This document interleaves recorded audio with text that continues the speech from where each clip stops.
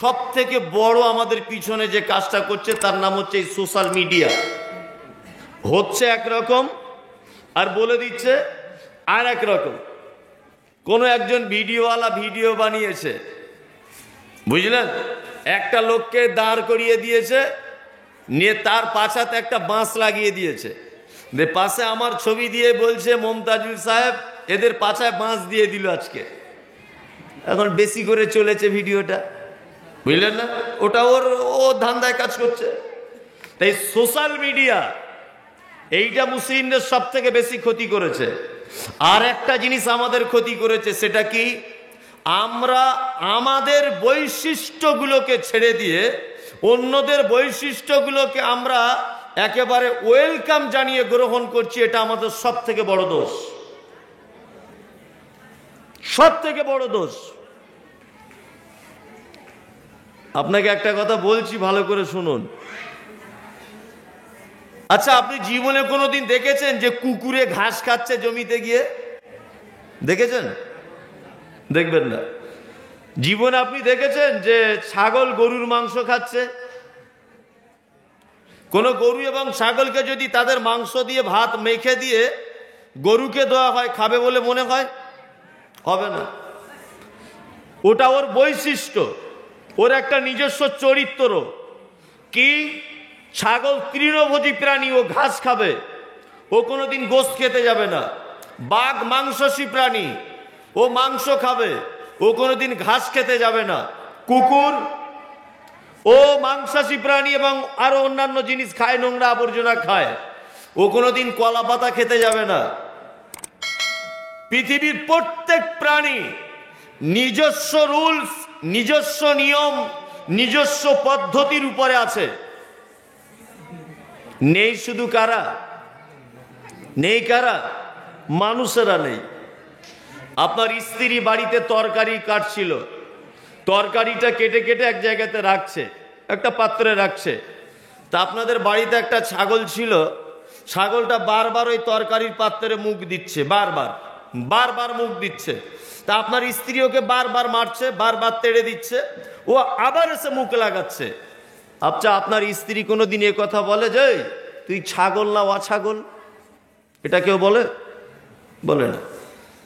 আপনার গরুটা মাঠে হাল লাগিয়েছেন, গরুটা যেতে চায় না, আপনি তাকে দুবারই মারেন আর এই কথাটা বলেন, এই গরু ভালো করে গরু হও। এই কথা কেউ বলে? ও জন্ম থেকে এমনিতেই গরু। ছাগল হতে গেলেও এমনিতেই ছাগল, ওর কিছু শিক্ষা অর্জন করা লাগে না। আমি সভাপতি সাহেব মিটনা মাদ্রাসার শিক্ষক, শুনলাম সিনিয়র না মাদ্রাসার না কোথায়, আচ্ছা হাই স্কুলের শিক্ষক, উনি জ্ঞানী মানুষ।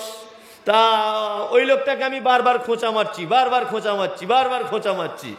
এক পর্যায়ে লোকটা আমাকে কি বলবে, যে মানুষ না অমানুষ রে, এটা বলবে কি বলবে না? তাহলে মানুষ হতে গেলে কিছু অর্জন করতে হয়, এমনিতে মানুষ হওয়া যায় না। আর গরুকে গরু হতে গেলে কিছু শিখতে লাগে না, এমনিতেই গরু। ছাগলকে ছাগল হতে গেলে কিছু শেখা লাগে না, ও এমনিতেই ছাগল। কুকুরকে কুকুর হতে গেলে কিছু শেখা লাগে না, এমনিতেই কুকুর। কিন্তু মানুষকে মানুষ হতে গেলে কিছু শেখা লাগে। আবার এই মানুষের মধ্যে অনেক রকমের পদ্ধতি, কেউ হিন্দু, কেউ মুসলিম, কেউ খ্রিস্টান, কেউ ইহুদি, কেউ হাঁড়ি, কেউ চুয়ার, কেউ চামার, কেউ বাগদি, কেউ মেতর, কেউ ছুতর, কেউ বলছে হানাফি, মালিকি, সাফি, দেওবন্দি, জমাত ইসলামী, পাথরচাপড়ি, ঘুটিয়াবি, আজমিরি, কাশ্মীরি, ফারাইজি, সালাফি, আহলে হাদিস, নানান দলমত আছে না নেই? সবার কিন্তু দাবি যে আমরা সবাই মুসলমান। সবাই দাবি কিনা? হানাফি বলছে আমি জান্নাতে যাব, আমি মুসলমান। আহলে হাদিস বলছে আমি যাব জান্নাতে, আর তো কেউ চান্স পাবে না। দেওবন্দি তারা বলছে আমরাও যাচ্ছি জান্নাতে। জি, যারা হাম্বলি তারা বলছে আমরাও জান্নাতে যাচ্ছি, আমরা মুসলমান। সবার দাবি আমাদের এক, কিন্তু আমাদের একটা জিনিস আমাদের জানা নেই যে মুসলিম কাকে বলে। আর মুসলমান হতে গেলে নিজেকে কিছু শিক্ষা অর্জন করতে হয়, কিছু জানা বোঝা লাগে, এটা জানা নেই। মুসলিম মানে আপনাদের এদিকে আল্লাহ নবীর ভাষা বলছে এটা, আপনাদের এদিকে যে গরুগুলো খুব বদমাইশি করে, তার নাক এরকম সূচ দিয়ে গর্ত করে দড়ি লাগিয়ে দেয়, ওটা কি বলে আপনাদের ভাষাতে? হ্যাঁ, নাক। তা আমার ওখানকার ভাষাটা বলছি, আপনারটা আমি বলতে পারবো না হয়তো।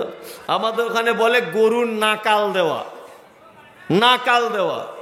তা আল্লাহ রসুল বলছেন মুসলিম মানে নাকাল দেওয়া উটের মতো, নিজের স্বাধীনতায় কিছু করতে পারবে না, তার পিছনে একটা অটোমেটিক গাইডলাইন কাজ করবে, অটোমেটিক।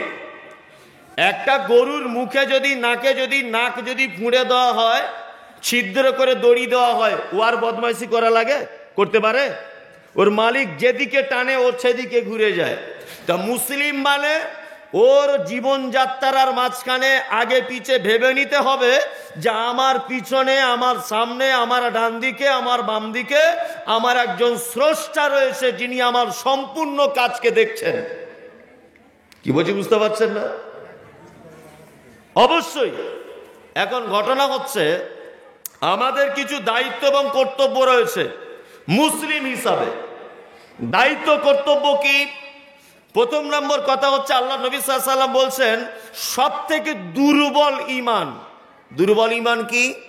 বলছে একটা লোক একটা অপরাধ কাজ করছে, তুমি তাকে মুখে বাধা দাও, মুখে যদি কাজ না হয় হাত দিয়ে বাধা দাও কাজটাকে, হাত দিয়ে যদি বাধা না দিতে পারো অন্তরে ঘৃণা করো, এটাই সব থেকে দুর্বল ঈমান।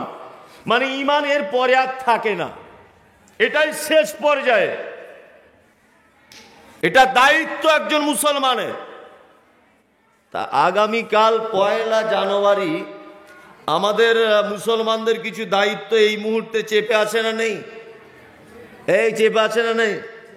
আছে। কি দায়িত্ব?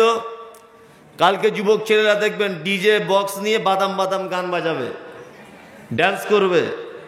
হ্যাঁ, ওই কলা বাগানে গিয়ে, ওই নদীর পাড়ে গিয়ে, ওই অমুক জায়গাতে গিয়ে করবে। কি করবে না? করবে। এটা ইসলাম সাপোর্ট করে? সাপোর্ট করে? করে না। অথচ এটা ইহুদি খ্রিস্টানদের তৈরি করা, বুঝলেন না? ইংরেজদের তৈরি করা জানুয়ারি মাস নয়, এটা খ্রিস্টানদের তৈরি করা জানুয়ারি মাস। কিছুদিন আগে যিশু খ্রিস্টের জন্মদিন চলে গেল 25শে ডিসেম্বর। পশ্চিমা দেশগুলিতে দেখেছেন কেমন করে তারা প্রদীপ জ্বালিয়ে আর আপনার আলো লাইটিং করে কেমন করে তারা আলোকসজ্জা করে রাতগুলো কাটিয়েছে, দেখেছেন?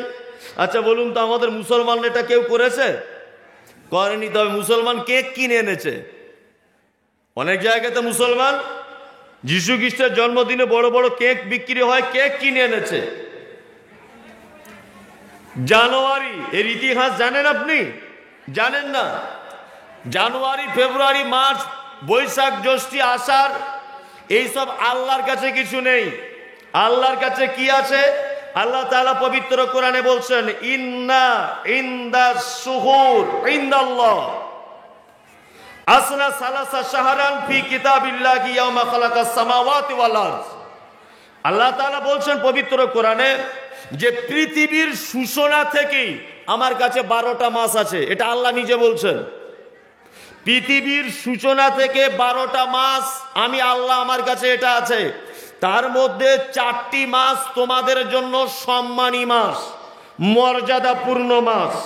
একটি মাস হচ্ছে জিলকাদ, একটির নাম জিলহজ, আর একটির নাম রজব, আর একটির নাম রমাজান, জি মুহররম।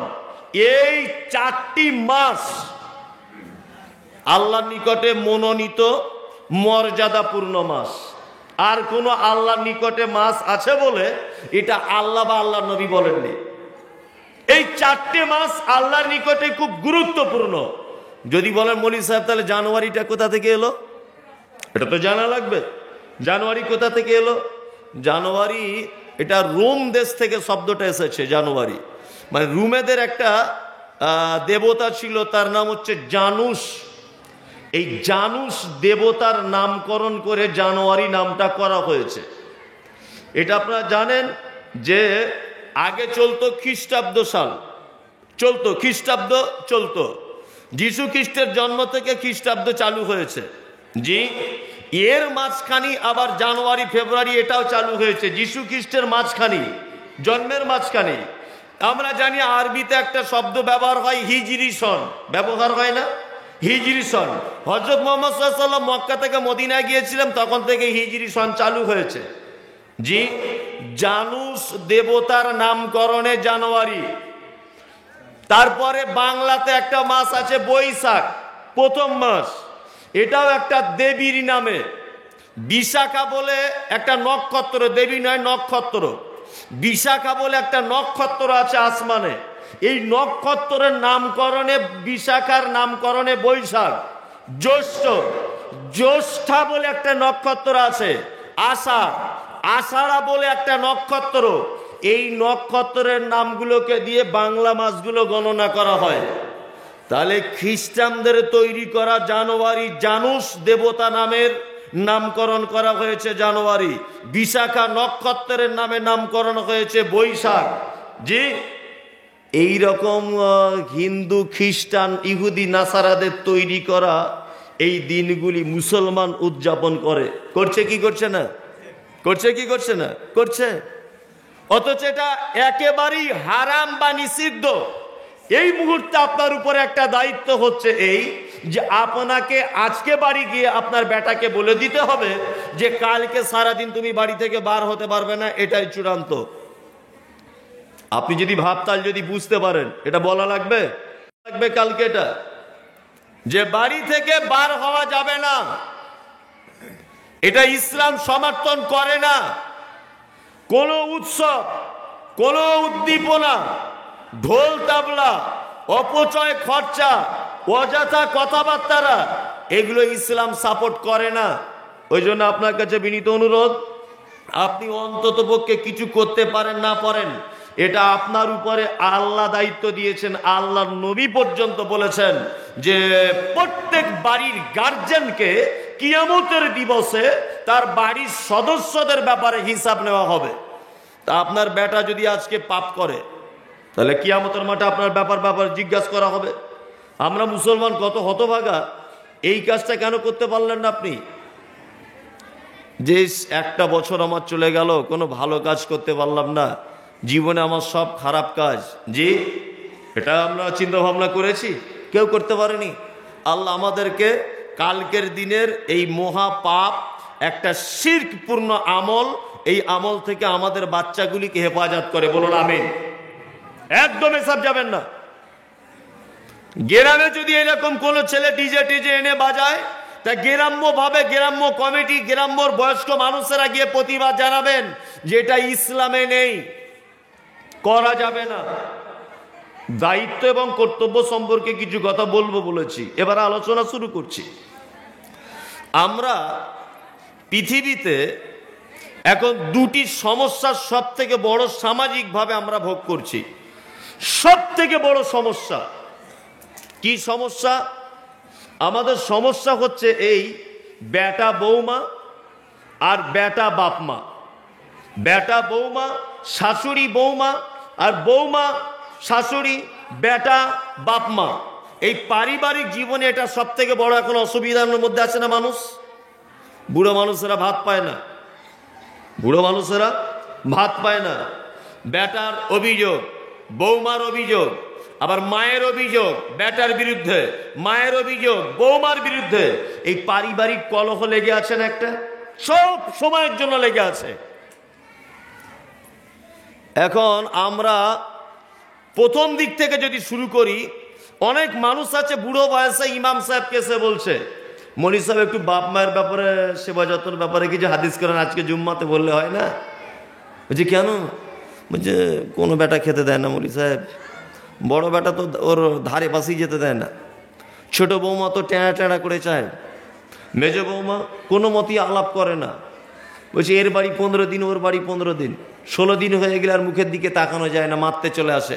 বেটা বেটার বউ, এটা বলে কি বলে না? বলছে কি বলছে না? আচ্ছা বলুন তো, এইসব রোগগুলোর সমস্যা কোন জায়গায়? কোন জায়গায় সমস্যা? এই রোগগুলোর সমস্যা কি? আপনার বৌমা যে আপনাকে খেতে দিচ্ছে না বা দেখছে না, এই সমস্যাটা কি? এর একটা সমস্যা মারাত্মকভাবে হয়ে গেছে আমাদের আগে, যেগুলো আমাদের অগোচরে হয়ে গেছে, আপনি কোনোদিন মূল্যায়ন করতে পারেননি। প্রথম একটা হাদিস আপনাকে শোনাই। হযরত ওমর ফারুক রাদিয়াল্লাহু তাআলা আনহু নাম শুনেছেন? হযরত ওমর কত বড় মাপের লোক, হযরত ওমরের কাজ ছিল এশার নামাজের পরে বাড়িতে বিবির সঙ্গে দেখার পরে, ফজরের নামাজের পরে বাড়িতে বিবির সঙ্গে দেখা করার পরে বাড়িতে বাড়িতে তিনি ঘুরে ঘুরে বেড়াতেন, জঙ্গলে জঙ্গলে, পাহাড়িয়া দেশে, পাহাড়িয়া রাস্তা দিয়ে, একেবারে পল্লী জায়গাতে হযরত ওমর ফারুক রাদিয়াল্লাহু তাআলা আনহু তিনি যেন গভীর রাত্রিতে ঘুরে ঘুরে বেড়াতেন। এই কারণে বেড়াতেন, কোনো মানুষের অসুবিধা আছে কিনা, কোনো মানুষের কোনো দুঃখের মধ্যে আছে কিনা, কোনো মানুষের শরীর খারাপ আছে কিনা, কোনো মানুষের অভাব আছে কিনা। তো হযরত ওমর বলছেন, আমি একদা ঘুরতে ঘুরতে একজনাদের বাড়ির পাশে দাঁড়িয়ে গেলাম, একজনাদের বাড়ির পাশে দাঁড়ালাম, দাঁড়িয়ে ভিতর থেকে আওয়াজ আসছে, একটা মেয়ে তার মাকে বলছে, মা মা দুধে একটু পানি মিশিয়ে দাও না, তাহলে 5 লিটার দুধ 6 লিটার হয়ে যাবে। হ্যাঁ, মা তার বেটিকে বলছে, বেটি দুধে একটু পানি মিশিয়ে দাও না, তাহলে দুধটা 5 লিটারের জায়গায় 6 লিটার হয়ে যাবে। তা বেটি তখন বলছে, আপনি বলেন কি কথা, দুধে পানি দেওয়া যাবে না, দুধে পানি দেওয়া যাবে না। আমিরুল মুমিনিন যদি দেখতে পেয়ে যায় তাহলে কিন্তু কঠিন সাজা হবে। আর শুধু আমিরুল মুমিনিন নয়, পৃথিবীর কেউ দেখতে না পেলেও এটা আল্লাহ দেখতে পাচ্ছে, এটা আল্লাহ দেখতে পাচ্ছে। মা খবরদার দুধে পানি মিশিয়ে দিও না। হযরত ওমর এই কথাটা শুনে আশ্চর্য হয়ে গেলেন যে গভীর রাত্রিতে কেউ নেই, মা বেটি দুজনা, আর এর মেয়েটার ঈমান এত মজবুত, বলছে মা দুধে পানি দিও না, আল্লাহ দেখতে পেয়ে যাবে। সঙ্গে সঙ্গে বাড়িতে চলে এলেন, এসে বেটাগুলোকে ডেকে বলছে, অমুক জায়গায় একটা মেয়ে দেখে এসেছি, এই মেয়েটার সঙ্গে তোমাদের কাউকে একজনের বিয়ে দেওয়া লাগবে, বিয়ে করা লাগবে। হযরত ওমর প্রস্তাব জানালেন, বিয়ে হয়ে গেল মেয়েটার সঙ্গে, নিজের বেটা আব্দুল্লাহ, কে আব্দুল্লাহর বিবাহ দিলেন।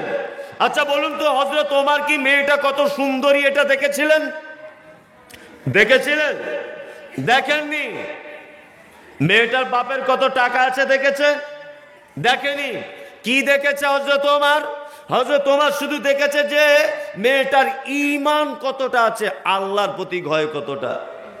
তা আপনার বৌমা যে আপনাকে খেতে দিচ্ছে না, বৌমা তার দায়িত্ব পালন করছে না শ্বশুর হিসাবে, তার একটা মূল কারণ হচ্ছে আপনি বেটার বহু যখন দেখতে গিয়েছিলেন, আল্লাহ নবী বলেছেন একটা মহিলাকে 4টে গুণ দেখে বিবাহ করো।